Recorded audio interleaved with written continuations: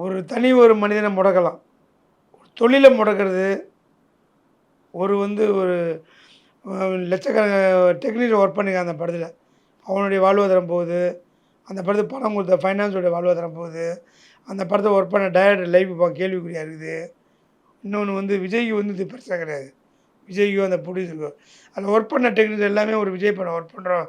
நல்லா வரும், நல்ல ரிப்போர்ட் வரும், பொங்கலுக்கு வரும், தீபாவளி எல்லாம் எதிர்பார்த்து அவ்வளோ தூரம் உழைப்பு இதில் போட்டு, அந்த உழைப்பை இவங்க ஒரு அரசாங்கம் ஒரு அரசாங்க சுயநலத்துக்காக அந்த படத்தை முடக்கி வச்சுக்கிட்டு பேரம் பேசுறது, என் கூட கூட்டணி வா, இல்லை எங்களுக்கு பதில் சொல்லு, இல்லை எங்கள் கூட இரு. இதுக்கு படத்தை ஏன் முடக்கணும், ஒரு தொழிலை ஏன் முடக்கணும்?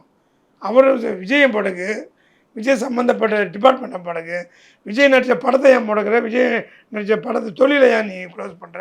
அது எந்த வித அது ஒரு அரசியல் பண்ணுற வேலையா? இது ஆல்ரெடி சென்சார் போர்டு இந்த கெடுபடி பண்ணவே மாட்டாங்க. பண்ணதே கிடையாது எந்த காலத்தையுமே. ஒன்று நீ உனக்கு வேணுங்கிறத நீ கட் பண்ணி எடுத்துகிட்டு போ, நாங்கள் கொடுத்துருவோம். இல்லை பாம்பே ரிசர்வ் கமிட்டி போ, ரிவர்ஸ் கமிட்டி போய் ரிவர்ஸ் கமிட்டியில் போனாலும் ஆர்டர் வாங்கி ரிலீஸ் பண்ணுறாங்க. இந்த மாதிரி ஒரு தீபாவளியை காலி பண்ணி, பொங்கலை காலி பண்ணி, ஜனவரி ஃபுல்லாக காலி பண்ணி, இதில் இதில் சென்ட்ரல் கவர்மெண்ட்டுக்கு என்ன இதில் ஆதாயம் இருக்குது? இப்படி ஒரு கேவலமான அரசியல் பண்ணுமா எனக்கு தெரியல.